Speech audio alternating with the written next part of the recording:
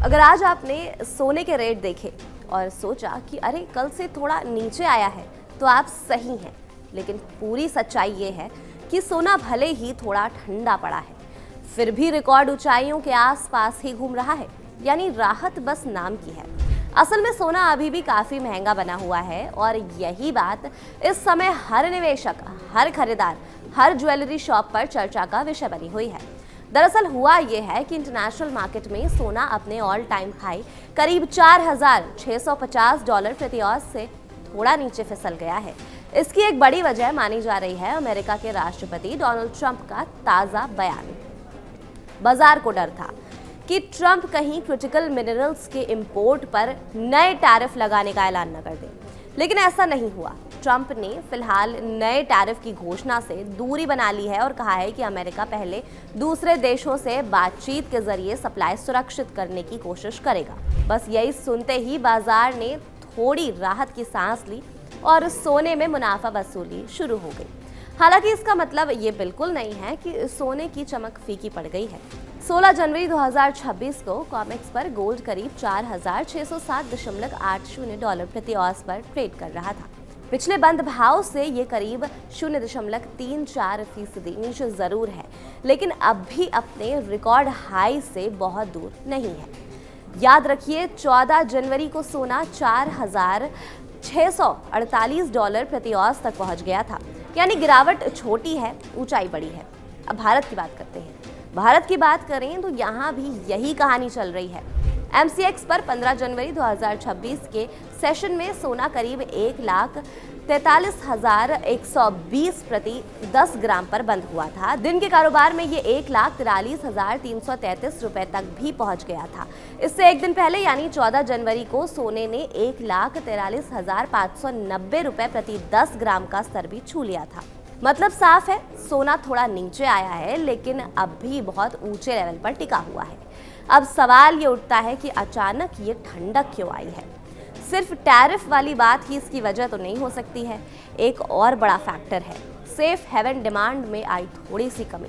Trump ने कहा कि उन्हें भरोसा दिलाया गया है कि ईरान में प्रदर्शनकारियों की फांसी रोकी गई। इससे ये डर कुछ हद तक कम हुआ है कि अमेरिका तुरंत कोई सैन्य कार्रवाई करेगा। जैसे ही युद्ध का खतरा थोड़ा कम होता दिखा, वैसे ही निवेशकों ने सोने में थोड़ा मुनाफा निकालना शुरू कर दिया। लेकिन कहानी यहीं खत्म नहीं होती है। बाजार अभी भी इस बात का हिसाब किताब लगा रहा है कि अमेरिकी सेंट्रल बैंक यानी फेडरल रिजर्व आगे क्या करेगा। ब्याज दरें घटेंगी या नहीं, और अगर घटेंगी तो कितनी तेजी से। नवंबर महीने के प्रोड्यूसर प्राइस इन्फ्लेशन के आंकड़े उम्मीद से नरम आए। दिसंबर के कंज्यूमर इन्फ्लेशन डेटा ने भी यही संकेत दिया कि महंगाई बहुत ज्यादा डराने वाली नहीं है।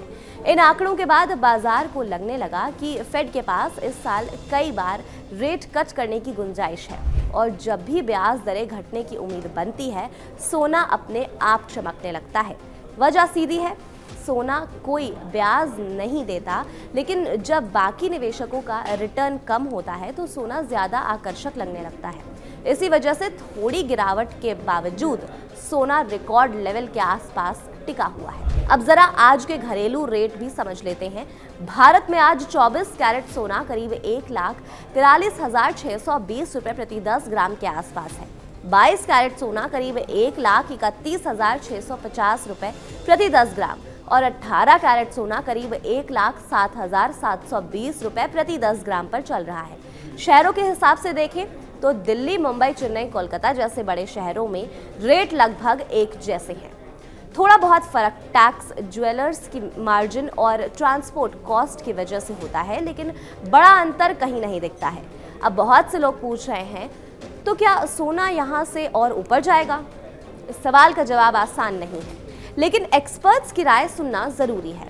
VT मार्केट्स के global strategy operation lead Ross Maxwell का मानना है कि मीडियम टर्म में सोना का आउटलुक अब भी मजबूत है। उनके मुताबिक दुनिया में अनिश्चितता, सेंट्रल बैंकों की तरफ से लगातार गोल्ड खरीद और रियल इंटरेस्ट रेट के नीचे आने की उम्मीद, ये सब मिलकर सोने को सपोर्ट दे रहे हैं। उनका ये भी कहना है कि अब सोना सिर्फ सेफ हेवन नहीं रहा है, बल्कि एक मोमेंटम एसेट भी बन गया है। यानी ब्याज दरों की उम्मीद, डॉलर की चाल और शेयर बाजार की उठापटक, इन सब पर सोना बहुत तेजी से रिएक्ट करता है। ऐसे माहौल में अगर हालात ऐसे ही बने रहे तो आने वाले समय में 12 से 18 महीने में सोना 4,800 से 5,000 डॉलर प्रति औंस तक भी जा सकता है। लेकिन यहाँ एक ज़रूरी चेतावनी भी है, जब दाम पहले से रिकॉर्ड हाई के पास हों तो बीच बीच में मुनाफा वसूली से गिरावट आना बिल्कुल नॉर्मल है। यानी अगर आप निवेशक हैं तो एक साथ बड़ा पैसा लगाने के पहले थोड़ा सोच विचार ज़रूरी है।